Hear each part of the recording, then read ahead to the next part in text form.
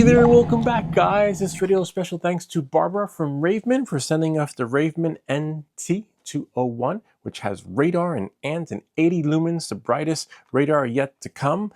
Get amazing battery life out of this thing. So without further ado, let's get started so we can check this thing out. This packaging, it comes in right here. We'll get into the nitty gritty. Detection range 140 meters, which is about 450 feet. Detection speed 10 to 160 kilometers. Brake sensor auto on and off, which is one of my favorites, as you know.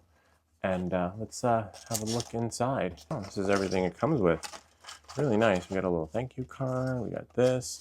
And come on, we got this. Nice. Great packaging, except this is a really small quarter mount. So we just turn it and take it off. You have your USB-C charging, and then we'll turn it on in a second. Oh look, side view detection, which is great. These are the accessories it comes with. You've got your standard mount for your bicycle seat, which is nice. We'll try that one. Most likely we'll be using this one. You also have here, I guess that's for your seat post, which is great. So most likely that would go like this. And then you put this on your seat with the zip ties, I believe. We might do this one. We'll see when we get the bike. Tethers. I've got so many tethers, and I'm sure you do too. USB to USB-C charging right here. And then we have two zip ties, really small, for the other optional mounting experience. Contact card. You can contact Ravemen. Little QR code thing you can scan. Instructions. Oh wow, it's really light considering the specs on this thing, the battery life that you get on this thing. Modes. Okay, on high, 25 lumens, 8 hours, which is amazing. Low, you get 5 lumens and 16 hours. Slow flashing, 10 lumens, and you'll get 23 hours. Warning flash, which is I'm a fan of. Oh my god, on the warning flash, which is I ride all my stuff on, it's 80 lumens and 16 hours time. You can get a good many few bike rides out of that. If you're riding 2 or 3 days a week and then your long rides on the weekend, you're good for the whole week. Good luck with that on Garmin. Wow, amazing. Daytime warning flash 25 and doesn't really tell you. Pulse 5 and 18. You'll figure out which one works right for you, but me, I'm a big fan of 80 lumens, and so you would just press it 1, 2, 3, 4, probably the 4th setting. But let's get this thing connected. Okay, so now we're going to add the Ravemen to the Garmin. So what you're going to do is your Garmin has to be on, and then you're going to hold the Ravemen, right, for about 2.5 seconds. When it turns on, there's going to be a yellow light that turns on right here. Wait for it. 1, 2, and then wait for it. This should turn yellow into pairing mode. Wait for it. And if that doesn't happen, just shut it off and then turn it on again. Okay? So we'll turn it off. It's off. Hold it for 2 seconds. 2.5. 1, 2. See, there it is. Oh man, missed it. Did we miss it? Oh, no, it's flashing red. Wait for it to turn yellow. Okay? Oh, there we go. It's yellow. Okay? Now, what we're going to do is we're going to go into menu, sensors, lights, and then we'll definitely delete that one. Add sensor. Okay, remember this light is yellow, it's searching.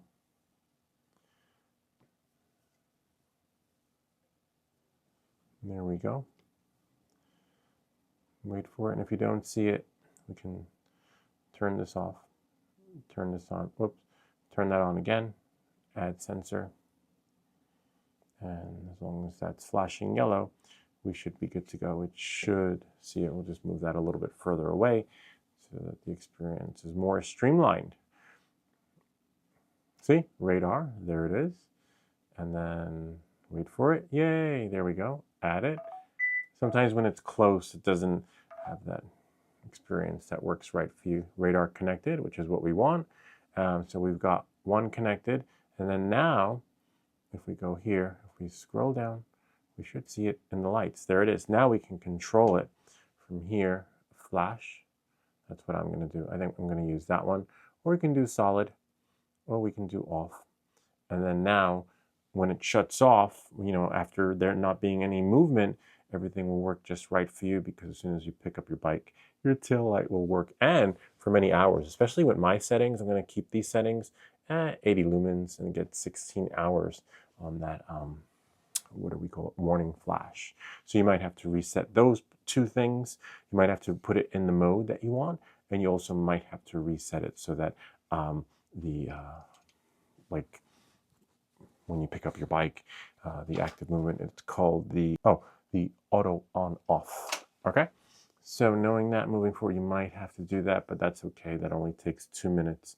So let's say if I want to do the auto on off, what I would do is I'd shut it off, okay, by holding the power off. It's off, and then I'm gonna hold it so it turns on, but I'm gonna hold it until it flashes 3 times, okay?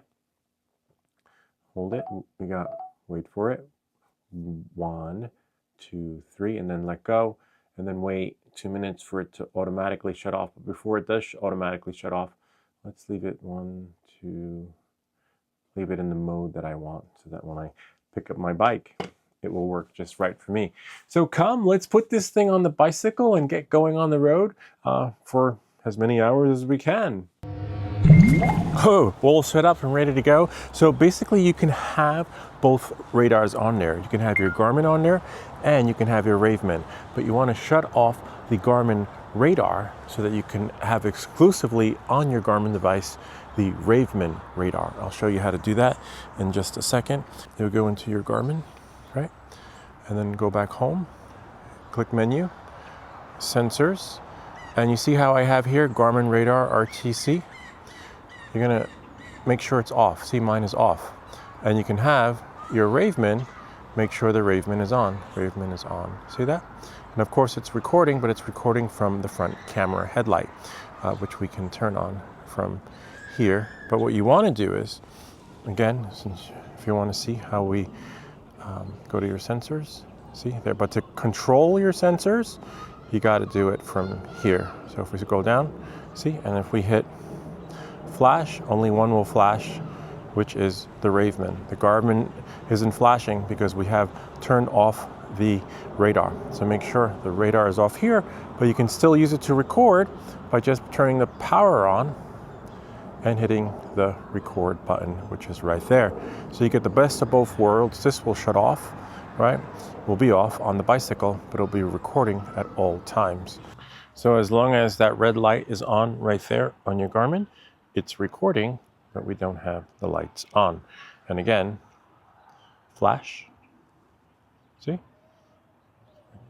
And of course it will control the Garmin, but we can shut the Garmin off so if your Garmin lights turn on, just run through the cycles to shut off the lights. As long as you don't turn off recording, you will be golden for that exclusive experience.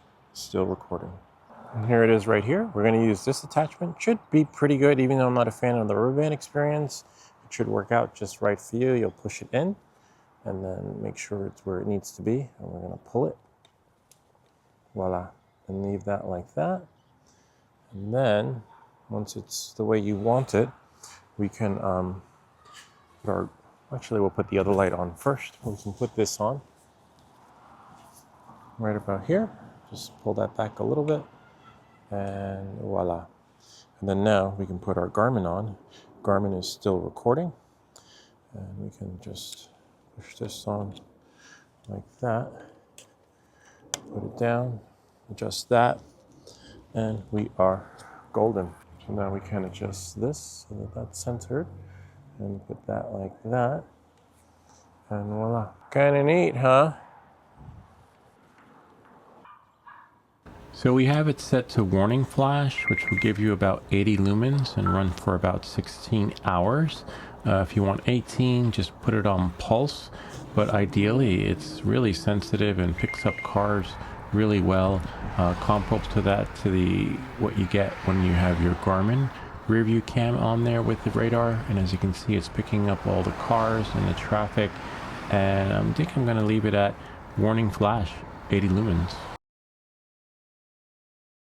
All right, let's take this thing for a spin. This is the usual route that I take when traveling to Ridgewood, which is the next town over. There's usually a 15-mile loop or a shorter loop, which could be an 8-mile, depends. Sometimes I can get, more or less out of it depending on what time I leave. Ideally at night, it's better because there isn't much traffic. But on the night I did the night ride test, I didn't get much luck. But as you can see, it does detect really well. You'll see on the night ride how we hear the dings, the notifications. Right now there aren't going to be any notifications until we get to the next part of the video where we'll actually see the Garmin. But look at how the Garmin rear tells you how fast the car is going. It gives you the speed. This is the front camera. Of course, we got a notification, which works out really well. But when you look at the rear, 31, see that? 13 miles per hour. So it actually tells you how fast you're going, and it tells you how fast the car behind you is going, which is kind of neat because sometimes, depending on how bright the radar is, you'll see the cars behind you slow down. So here I am, but as the car behind me is going about 24, 21. But I did notice when I scrubbed through the feed that sometimes the cars actually slowed down, and that's probably because the Ravemen is brighter than the Garmin. The Garmin gives you about 65 lumens, and this is 80. Kind of neat, huh? I was able to watch my back while having my back with the Ravemen radar. One of the really handy, convenient features is the pause. So the light will be flashing as you're riding, but then watch, when I pause, it just breaks. Kind of neat, huh?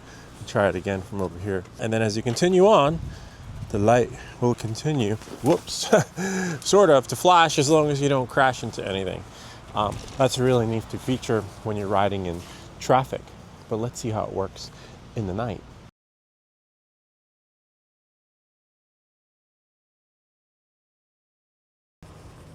Not bad. There's a car coming. Let's see if we can pick up that car. It's coming from down there. And we got nothing there. Here we go as we turn. And there we go. Voila.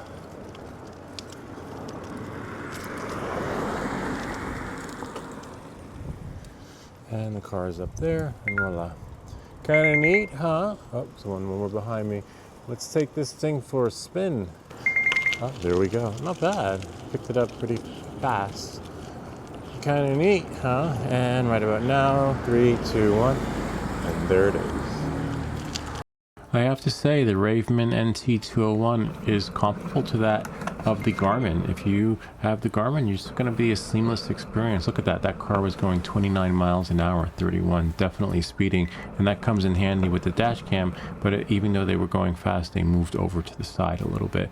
But, that nifty feature does come in handy. And I'm just going to go over to the next town, which is Ridgewood. We got 2 cars behind me, and just as they appear, you'll see them on the front camera.